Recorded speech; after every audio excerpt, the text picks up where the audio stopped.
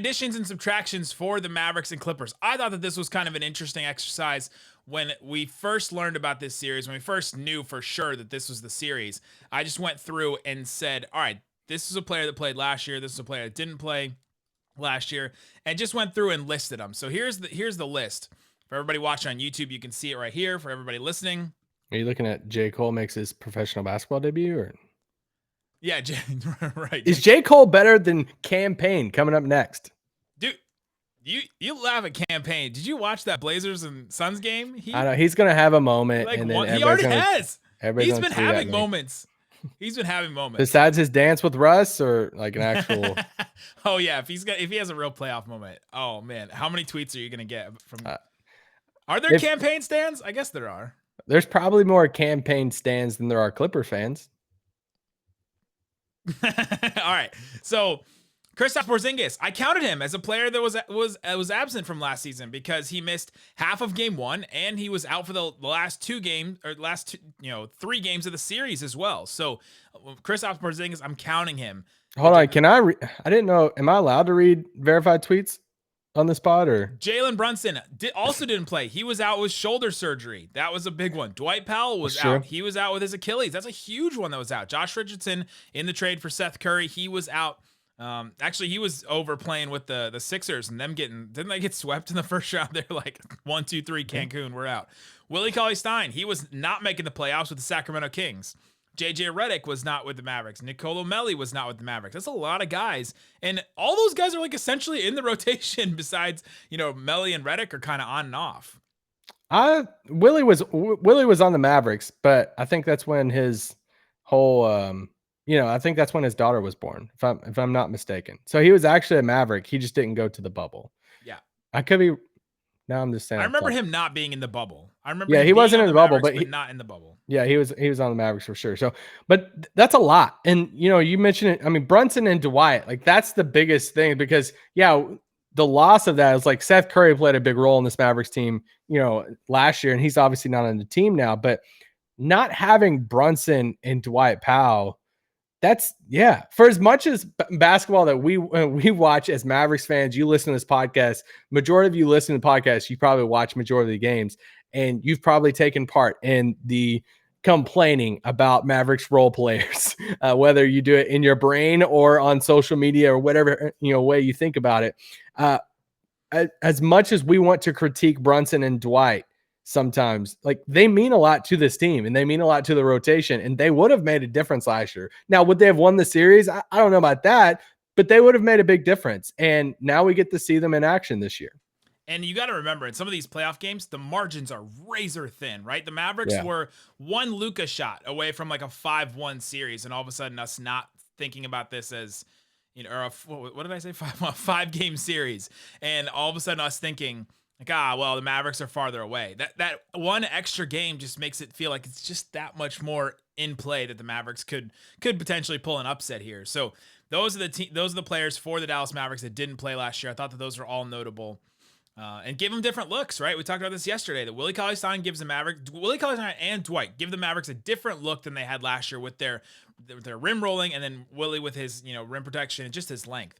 Redick gives them a 3-point shooter that they did have in Seth Curry, but then Josh Richardson gives them a defender that they didn't have last season. It's the reason why they made the trade is for a series like this. Literally, this series, when you were watching Seth Curry try and guard Paul George or Kawhi Leonard, you just said in your mind. And the reason why we were so high on the trade was we said it gives them a different type of ceiling that they can have Josh Richardson guard, credibly, hopefully, guard one of those two guys. We'll see if it works out.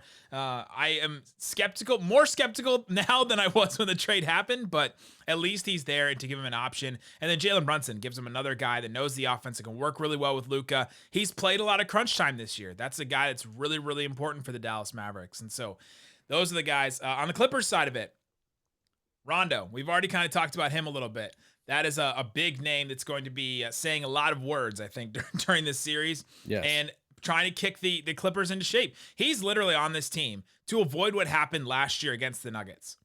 And not necessarily on the court, but off the court and on the court as like a leader, veteran type guy to sort of kick him into shape, right? I really feel like that's his one role.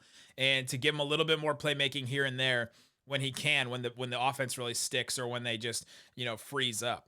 Well, if they do freeze up. So that's a huge name. We mentioned the storyline yesterday with him and Carlisle, and I have to we're printing a retraction, right? We're printing a retraction. I said that there are no players left from the Rondo days, and that's not true. Dwight was in the trade, obviously. He's pictured with Rondo that first day. Dwight barely played that first year that Rondo played, so it's like, do you count him? Yes, but he was literally on the roster, so yeah. Dwight was there, yeah. So I print the retraction.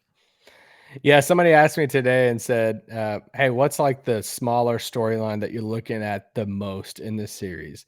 And I think it's the Rondo angle. There's a lot of us that just dislike dislike that guy. All the history with Rick Carlisle and just going against him in a playoff series and all of that. Like, yeah. Is that going to go in the broadcast? Like, will we put that on our bingo card? I think it's mentioned. I don't At think least once during the series, right? Yeah, we'll have to take a guess on how it's mentioned. It's not gonna be like they dislike each other. They're not gonna split screen it, I don't think, and put like Rick on one side and Rondo on the other. Like, woo, look at this. The only way it happens is if something happens between them, right? Like if something goes on between them where they're seen yelling at each other or something, right? Or Rondo is ignoring Rick, or Rick is ignoring Rondo or something. That's when it'll be brought out. But if it gets brought up preemptively, that'll be interesting. Or it's something like Rondo checks in the game, and as they're playing along, it's the first quarter and something. It's like I could totally see and Rondo spent some time in Dallas. Don't forget about that. And his departure, and there's a little tension there. Some reports, as far as his, him leaving. This is the Kevin Harlan. This is I think I got the Kevin Harlan one. If Kevin Harlan calls the game, it's gonna be he's gonna be sitting there. All of a sudden, he'll check in. He'll check in the game. And then the crowd will be going, and then all of a sudden, and here's Rajon Rondo. He checks into the game. He spent some time with the Dallas Mavericks, had a weird relationship with Rick Carlisle. He takes the shot. Airball. That's how it's going to go with Kevin Harlan. Shout out to Marv Albert, though. What a legendary career. 60 years. I'm not going to lie. I saw that. I was like, man, that's pretty sad. But 60 years is a long time doing any job, so. Yes. You don't like Marv Albert? There's some things about I would Google Marv Albert. Okay, never mind. I just saw the headline today. Great career in the NBA, calling NBA games, all that. Nick Batum is also a big part of this rotation that we should mention too. Serge Ibaka, we've mentioned him yesterday a lot. I also have to print a retraction. Serge Ibaka and Zubac have not played a single minute together, so I'm 0 for 2 in my calls that I'm trying to make on these two. Sometimes they start them. Yeah, and they did not do that. Well, I corrected that one during the podcast, so I'll call that one. But Luke Kennard, DeMarcus Cousins, I think will have a moment in this series. I don't know if he's going to have more than one moment, but I think he'll have a moment in this series because remember when the Mavs lost to the Rockets, it was DeMarcus Cousins that was carving them up. So yeah, I don't know. That. I just don't know if he'll have a moment. I just think that I think Dallas will force them into one big lineups at times. And I think it will be one of Zubac or Ibaka on the floor.